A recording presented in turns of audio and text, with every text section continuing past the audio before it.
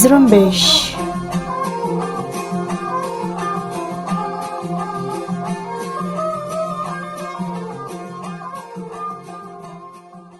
یہ ریڈیو زرمبش اردو کی آواز ہے۔ آج 1 اکتوبر جمعہ کا دن اور سال 2021 ہے اور میں ہوں آپ کی میزبان سارین بلوچ۔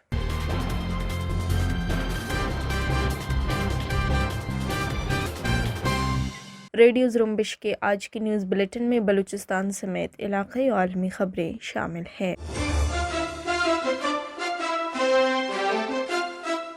بولان میں قابض پاکستانی فوج کی جارحیت کا سلسلہ جاری ہے، جس میں قابض زمینی فورسز کو فضائی مدد حاصل ہے۔ فوجی جارحیت کا آغاز بدھ کو بزگر اور گردنوا کے علاقوں سے کی گئی تھی، جہاں مختلف مقام پر ہیلی کاپٹروں نے فوجی اہلکاروں کو اتارا تھا اور گن شپ ہیلی کاپٹروں نے شیلنگ کی تھی۔ دی بلوچستان پوسٹ نے مقامی ذرائع کے حوالے سے بتایا ہے کہ جارحیت میں مصروف قابض فوج کے اہلکاروں نے عارضی کیمپ کر دیے ہیں اور ہیلی کاپٹروں کو بولان کے دیگر علاقوں کی جانب پرواز کرتے ہوئے دیکھا گیا ہے۔ بلوچ لبریشن آرمی کے ترجمان جینت بلوچ نے کہا ہے کہ نوشکی اور خاران کے پہاڑی سلسلوں میں 24 ستمبر کو بڈو نالہ سے متصل علاقے سوماری میں سیالوب کے مقام پر قابض پاکستانی فوج کے ساتھ ایک طویل جھڑپ میں بلوچ لبریشن آرمی کے 5 جانباز سرمچار شہید ہوئے اور جھڑپ میں دشمن فوج کے درجن بھر سے زائد اہلکار ہلاک اور متعدد زخمی کیے گئے۔ جینت بلوچ کے مطابق جھڑپ کا آغاز اس وقت ہوا جب قابض پاکستانی فوج اور اس کی سرپرستی میں قائم ڈیتھ اسکواڈ کے اہلکاروں نے مذکورہ علاقے میں گشت پر نکلے سرمچاروں کے ایک دستے کو گھیرنے کی کوشش کی۔ ترجمان کا کہنا تھا کہ 4 گھنٹے سے زائد جاری دو بدو لڑائی میں بلوچ سرمچاروں نے دشمن فوج کے درجن سے زائد اہلکاروں کو ہلاک اور متعدد کو زخمی کر دیا، جبکہ 6 جانباز سرمچار دشمن کا گھیرا توڑ کر باقی ساتھیوں کو کامیابی کے ساتھ بحفاظت نکالنے میں اپنے لیے شہادت کے راستے کا انتخاب کیا۔ بیان میں کہا گیا ہے کہ شہید سرمچاروں میں کمانڈر گنجل عرف کامریڈ مزار، نذیر عرف سنگر، فیصل عرف یاسر، کلیم عرف بولانی اور ریحان عرف مہروان کا تعلق بلوچ لبریشن آرمی سے تھا، جبکہ ساتھی تنظیم یونائٹڈ بلوچ آرمی کے سرمچار نودان عرف حمل نے بھی BLA کے سرمچاروں کے ہمراہ بہادری سے دشمن کے خلاف لڑتے ہوئے جام شہادت نوش کی۔ انہوں نے کہا کہ شہید سرمچاروں میں شامل کراچی کے علاقے لیاری سے تعلق رکھنے والے کمانڈر گنجل عرف کامریڈ مزار ولدی لکھا گزشتہ 4 سال سے BLA سے منسلک تھے۔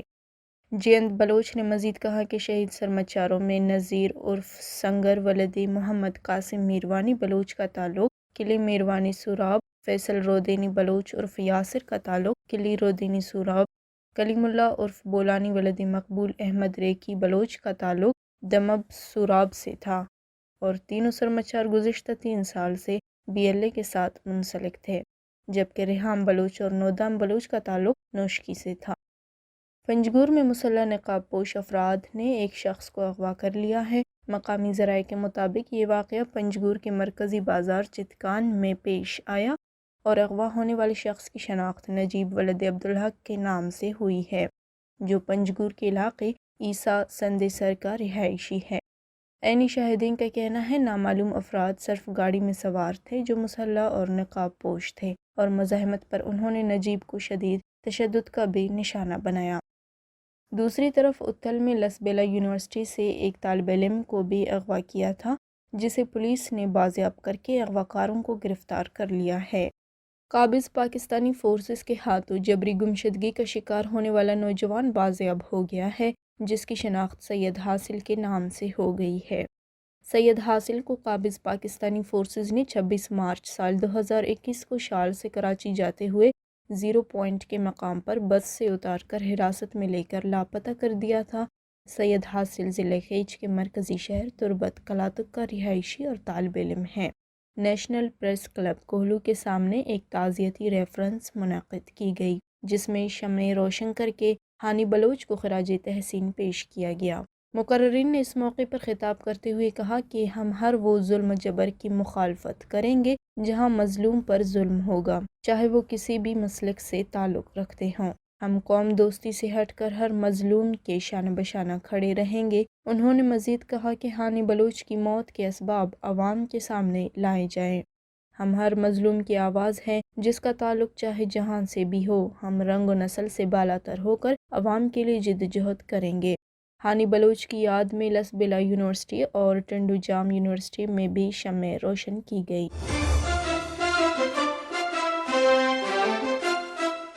بندوبست پاکستان سندھ میں ٹنڈو الیار کے نواحی گاؤں میں درخت سے لٹکی 3 لاشیں ملی ہیں۔ پولیس ذرائع کے مطابق مرنے والوں میں ہندو برادری سے تعلق رکھنے والے نوجوان بھیرو کولہی، اس کی بیوی اور بہن شامل ہیں۔ پولیس کا کہنا ہے کہ واقعہ بظاہر خودکشی لگتا ہے، تاہم تینوں لاشوں کو پوسٹ مارٹم کے لیے ہسپتال منتقل کر دیا گیا ہے اور لاشوں سے متعلق تحقیقات کی جا رہی ہے۔ افغان طالبان کی جانب سے حکم دیا گیا ہے کہ کابل میں ایسے گھر جن کے رہائشی افغانستان چھوڑ کر جا چکے ہیں انہیں کرائے پر دے دیا جائے گا اور اس سے اکٹھی ہونے والی رقم سینٹرل بینک میں جمع کروا دی جائے گی۔ طالبان کی جانب سے یہ اعلان 29 ستمبر کو اپنے عربی زبان والے ٹویٹر اکاؤنٹ سے کیا گیا ہے۔ اس اعلامیے کے مطابق جو لوگ مغربی ممالک فرار ہو گئے ہیں ان کے گھروں کو کرائے پر دے دینا چاہیے جب تک کہ وہ افغانستان واپس نہ آ جائے۔ اس اعلامیے میں یہ بھی کہا گیا ہے کہ یہ کرائے سینٹرل بینک میں جمع کروائی جائیں گے، لیکن اس سے آنے والا منافع ان گھروں کے مالکان کو اس وقت دیا جائے گا جب وہ اپنے گھروں میں واپس آئیں گے۔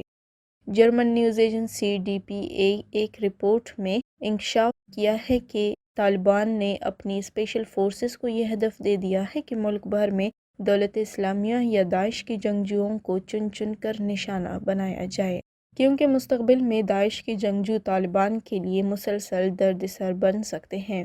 جرمن نیوز ایجنسی DPA نے طالبان کے ترجمان بلال کریمی کا حوالہ دیتے ہوئے لکھا ہے کہ طالبان فورسز نے داعش کے متعدد ارکان کو پہلے ہی یا تو ہلاک یا پھر گرفتار کر لیا ہے۔ داعش کے جنگجوؤں کو طالبان مصفت فورسز قرار دیتے ہیں۔ بلال کریمی کے مطابق داعش کا بظاہر ملک میں کوئی گڑھ نہیں ہے، لیکن اس کی نظر نہ آنے والی موجودگی کو بھی ختم کیا جائے گا۔ اسرائیلی پولیس نے مقبوضہ بیت المقدس کے اندرونی شہر میں ایک فلسطینی خاتون کو مبینہ طور پر چاقو سے حملہ آور ہونے کے بعد گولی مار کر قتل کر دیا ہے۔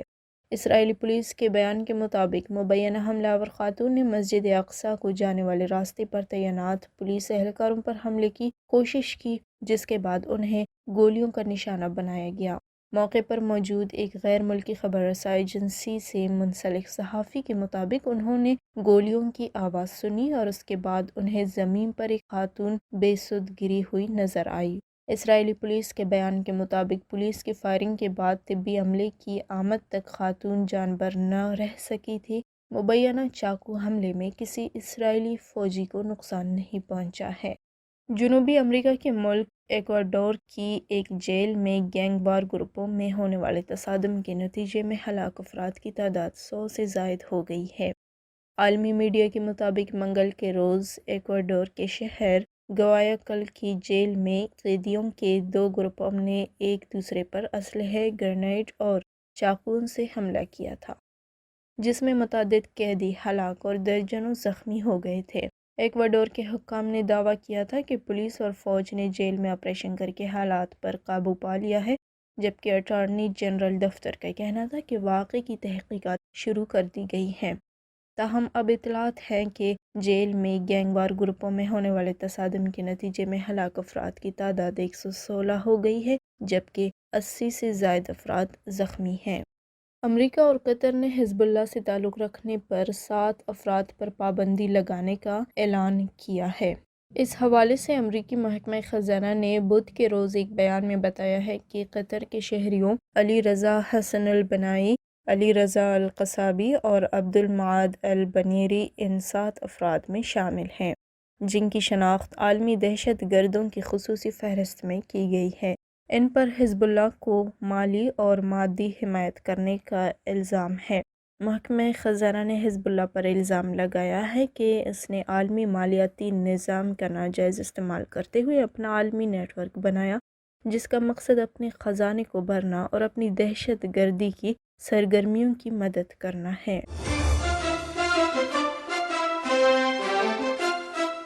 اسی کے ساتھ ہی آج کی نیوز بلیٹن کا اختتام ہوتا ہے۔ سارن بلوچ کو اجازت دیجیے۔